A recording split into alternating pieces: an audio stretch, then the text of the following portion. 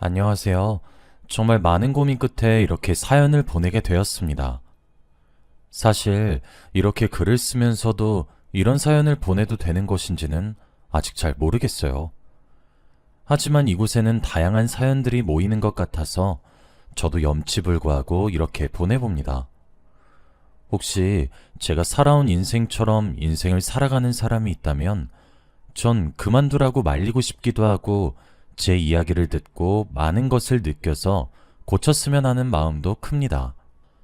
저는 약 5년 정도 전부터 인생이 꼬이기 시작했어요. 제 팔자를 제가 꾼 것과 다름없었죠. 제가 일하는 곳은 스트레스를 정말 많이 받는 곳이었어요. 일에서 오는 스트레스도 있지만 사람에게서 오는 스트레스도 무척이나 컸거든요. 전 그런 스트레스를 나이트클럽을 가면서 풀었습니다. 술도 먹고 춤도 추고 그렇게 원 없이 놀면 받았던 스트레스가 확 하고 날아가는 기분이 절로 들었었거든요.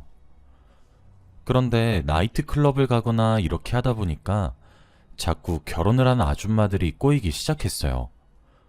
그때부터 화근이 되었던 것 같습니다. 거기서 어떤 아줌마를 하나 알게 되었어요. 그날도 어김없이 회사 욕을 하면서 친구들끼리 둘러앉아 술을 마시다가 춤도 추고 그렇게 놀고 있었어요. 그런데 그 여자가 저희 테이블을 힐끗힐끗 쳐다보더니 저희 테이블로 다가왔죠. 합석하자는 제의가 들어왔어요. 그런데 저는 유부녀들과 어울리기 싫었거든요. 제가 거절하려는 뉘앙스를 취하던 그 순간 함께 간 친구들이 그런 저를 뜯어 말리면서 들어온 합석 제의에 오케이를 외쳤습니다. 그렇게 그 여자 일행과 합석을 하게 되었어요. 그 여자는 절 파트너로 찍은 것인지 제 옆자리를 차지했죠. 저는 딱히 할 말도 없었어요. 생각을 해보세요. 유부녀가 나이트를 왔는데 결혼 안 한 사람들이 많은데 굳이 왜 유부녀를 만나겠어요? 그래서 전 애꿎은 술만 홀짝이고 있었습니다. 그런데 그 여자는 제가 마음에 들었나 보더라고요. 제 대꾸가 시원찮아도 포기하지 않고 몇 살이냐, 이름이 뭐냐 등등의 호구조사 같기도 한 질문들을 계속해서 던졌습니다. 저도 질문을 들어서 예의상 그쪽은 몇 살인지 이름이 뭔지를 물어봤죠. 저보다 딱 10살 많으신 누님이시더군요. 그래서 그렇냐 하고 말았는데 누님께서 제 얼굴을 빤히 보더니 자기 이야기를 꺼내기 시작하는 겁니다. 자신에게는 죽은 남동생이 하나 있었는데 제가 그 남동생을 꼭 빼닮았다고, 살아있으면 저와 비슷한 또래였을 거라고 하더라고요. 그러면서 두 눈이 촉촉하게 젖어가는데 당황스럽기도 하고 안쓰럽기도 하고 그렇더라고요. 생판 처음 보는 남이어도 누군가의 죽음을 그리워하는 점이 좀 안타까웠던 것 같아요. 그래서 그렇냐고, 그럼 동생으로 생각하고 오늘 신나게 놀자고 하면서 그렇게 달래줬던 것 같아요. 한참을 달래다 주위를 둘러보니 어느새 같이 온 제 친구들은 각자 파트너와 함께 춤을 추러 나가거나 밖으로 사라진 후였고 테이블엔 저와 그 누님만 남게 되고 말았어요. 그래서 그냥 저도 누님께 이런저런 질문을 했죠. 결혼했냐는 질문에는 이혼했다는 대답을 들었고 아이가 있냐는 질문에는 없다는 대답을 들었죠. 가게를 하나 하고 있다는 누님과 하는 대화는 생각보다 무척이나 재미가 있었습니다. 그렇게 10살이라는 나이 터울이 크게 느껴지지도 않기도 했고요. 저는 나이트에서 만난 사람들과는 번호를 교환하거나 이러는 사람이 아니었는데 왠지 모르게 그 누님께서 제게 번호를 물어오는데 그걸 단칼에 거절하기가 좀 그렇더라고요. 저를 보면서 죽은 남동생을 투영하는 것 같은데 행여나 상처를 더 주는 것은 아닌가 싶으면서 말이에요. 그렇게 그날 우린 헤어졌습니다. 그 다음 날부터 종종 연락이 오기 시작했어요. 하루에 한 3통? 그 정도의 빈도로 말이에요. 잊을만 하면 연락이 오는 거죠. 밥은 먹었는지 퇴근은 했는지 그런 것들을 물어보는 연락이기도 했고요. 그렇게 일주일 정도 연락을 주고받았습니다. 그런데 하루는 진짜 직장을 때려치고 싶다는 생각이 절로 들 정도로 너무너무 힘이 드는 거예요. 여러분들은 결제 서류로 뺨 맞아본 적 없으시죠? 그날이 제가 회사에 다녔던 날들 중에서 가장 커다란 모멸감이 느껴지는 날이었습니다. 그래서 친구들에게 연락을 돌렸죠. 나이트클럽에 가자고 말이에요. 그런데 하필 또 친구들이 야근을 하거나 상갓집에 가거나 이런 각양각색의 이유로 거절을 하더라고요. 그러던 그 순간 마침 누님께서 뭐하냐는 문자가 왔고 저는 답장을 보냈어요. 나이트 갈래요? 라고요. 당연히 수락하는 답장이 왔습니다. 그렇게 함께 나이트를 가게 되었어요. 그런데 연륜은 무시할 수가 없는 것인지 약속 장소에서 누님이 오시길 기다리고 있었는데 저를 보자마자 어머, 너 무슨 일 있어? 왜 이렇게 얼굴이 안 좋아? 속상하게 라고 하시는 거예요. 그래서 와, 누님 어떻게 알았어요? 저 오늘 회사에서 진짜 갈렸어요. 그래서 스트레스 풀러 나이트 가는 거예요. 라고 했죠. 그랬더니 그런 저를 보며 아니면 누나랑 술 한잔 하러 갈래? 맛있는 거 알아. 오늘 내가 사줄게. 오늘 누나랑 술 마시고 이야기하면서 풀어. 라고 이야기해서 알겠다고 했죠. 솔직히 하소연도 하고 싶기도 했고요. 누님은 자신이 상담해주기 전문가라면서 뭐든지 다 털어놓으라고 하더라고요. 그런데 차분한 목소리 톤으로 그런 말을 하니까 또 그래도 될까? 하는 생각이 들었고 결국 털어놓게 되었습니다. 알고 보니 누님 대학교 전공이 심리학 쪽이었다고 하더라고요. 지금은 가게를 하나 운영하고 있지만 심리학 쪽 공부를 해서 상담을 정말 잘해주는 편이라 하더라고요.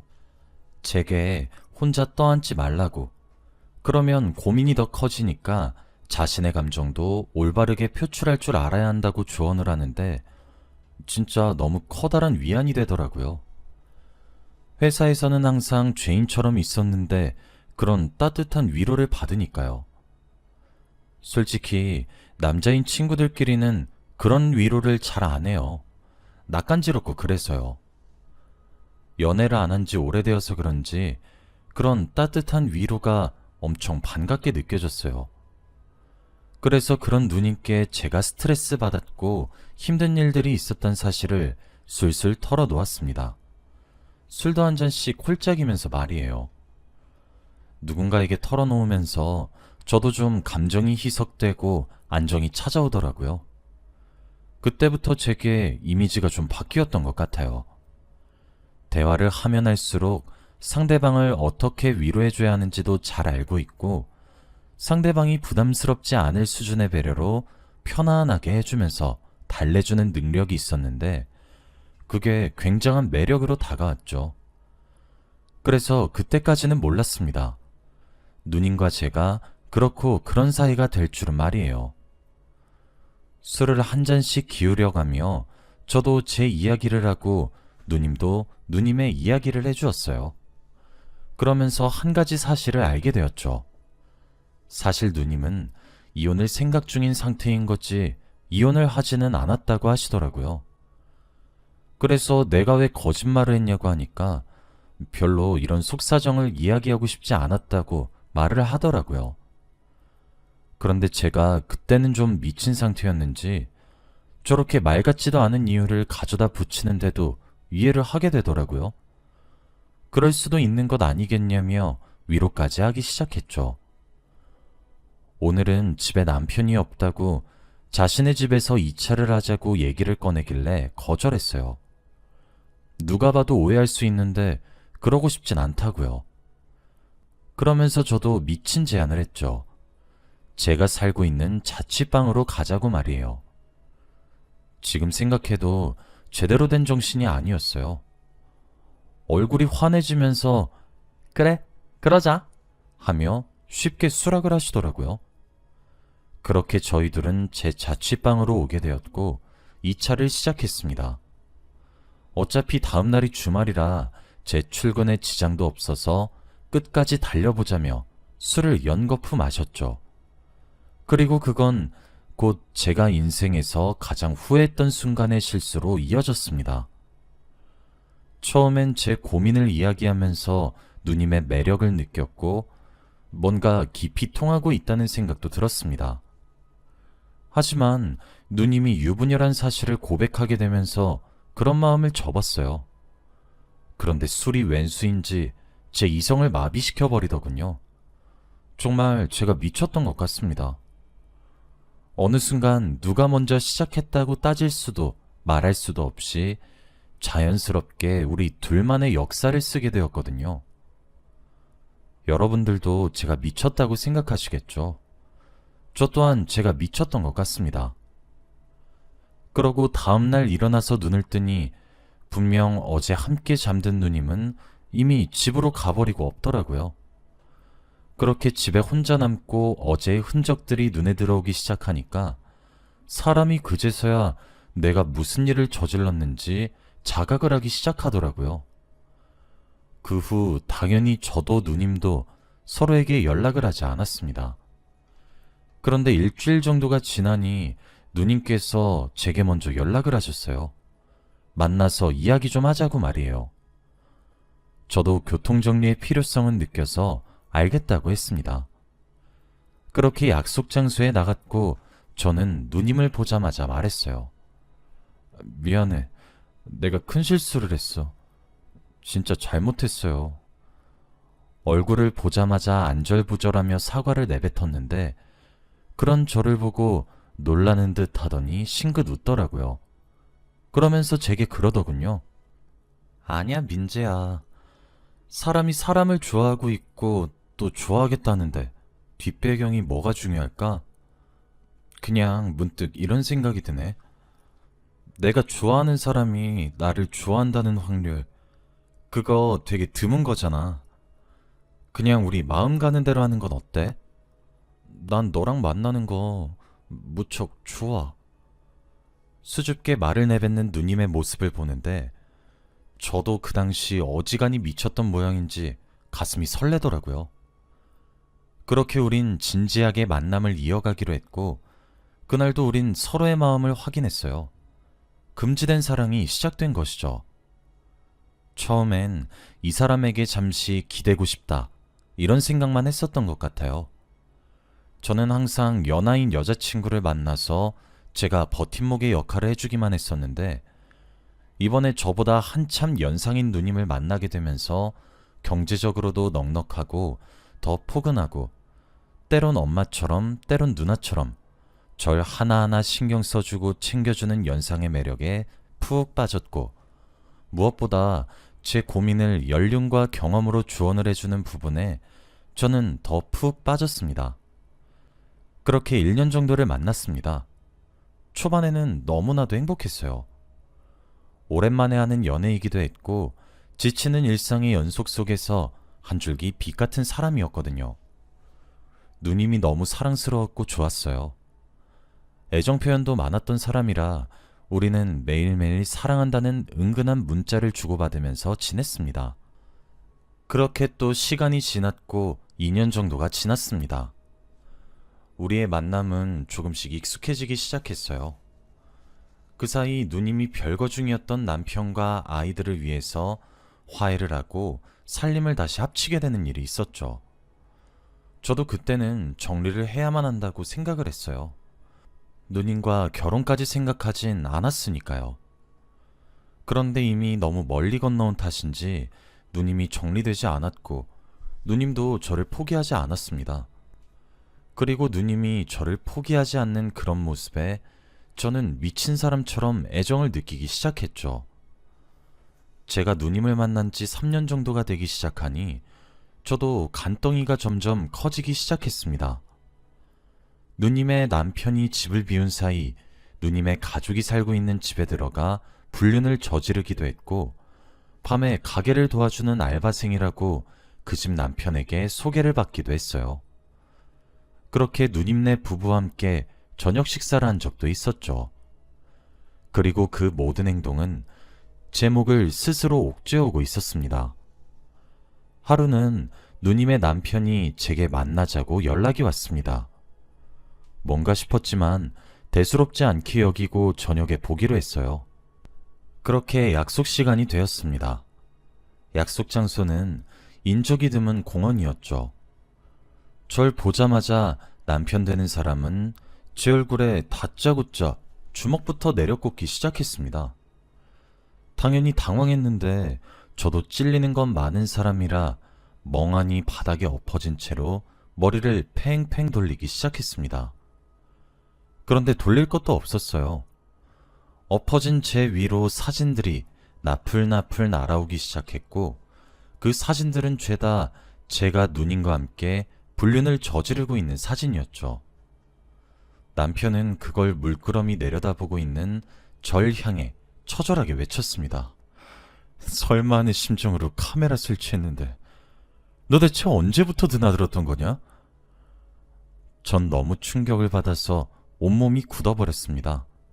머리가 새하얗게 변하더라고요.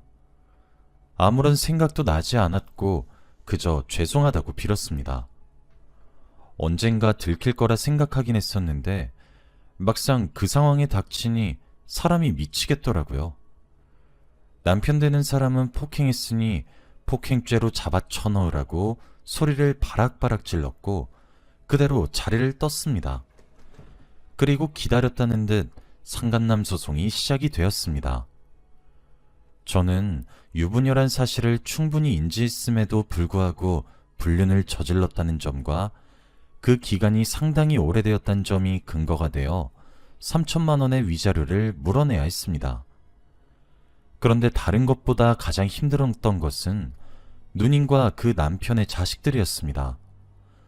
저와 띠동갑 정도의 나이 차이를 가진 첫째 딸과 그보다 더 어린 둘째 남동생이 어떻게 한 것인지 제가 일을 하고 있는 직장에 찾아와 울고불고 난리를 치더군요. 제가 가정을 망가뜨렸다. 우리 아빠 힘들게 했다. 엄마를 뺏어갔다. 그런데 막상 저보다 한참 어린아이들이 제 얼굴을 보면서 세상이 무너진 표정을 하고 오열을 하면서 지내는 것을 보니 그제서야 눈에서 뭔가 벗겨지더군요. 그때가 되어서야 비로소 제가 3년간 사랑이라고 포장했던 행위가 한 가정을 파탄낸 발단이었단 것이 아주 뼈저리게 느껴지기 시작하더군요. 이미 늦었지만 말입니다. 결국 아이들이 찾아와 소동을 벌인 까닭에 저는 회사에서 잘리게 되었습니다. 그 이후 제가 일하던 업계에도 제 이야기가 소문이 나게 되었어요. 그래서 다시 다른 회사에 입사를 하는 것조차 힘겨워졌죠. 누님은 그리고 그런 위기의 순간에 처하자 이혼당할 거란 생각이 두려웠던 것인지 가장 먼저 저를 내쳤습니다. 제가 먼저 들이대서 꼬신 거라며 자신은 죄가 없다고 진실로 사랑하는 사람은 남편, 바로 당신이라며 애원하는 누님을 보니 그제서야 그때가 되어서야 누님께 완전히 정을 뗄 수 있게 되었습니다. 누님의 남편은 저희 부모님께도 상간남 판결문을 보내게 되었어요. 주소는 어떻게 알았는지 모르지만 어떻게 사실을 전달을 했더라고요. 하나 있는 아들이 걔보다도 못한 놈이니 인연을 끊겠다고 말씀하셨고 저와 연락을 더는 하시지 않으십니다. 그리고 저는 위자료도 감당이 잘 되지 않았고 또한 누나의 재력을 믿고 카드를 생각 없이 그으며 살았더니 빚더미에 앉게 되었습니다. 그리고 정말 많은 후회를 했어요. 왜 이전에는 남에게 상처를 주면 벌을 받는다는 사실을 몰랐을까요? 그리고 대체 왜 저는 그렇게 되지 않을 거라고 확신을 했을까요?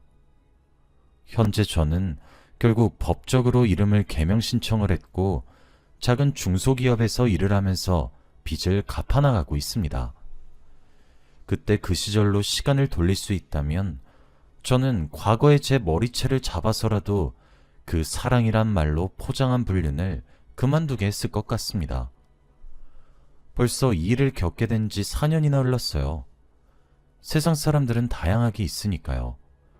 혹시나 저처럼 금지된 사랑이란 단어 뒤에 불륜이란 단어를 숨겨놓으신 분들이 있으시면 꼭 명심하세요.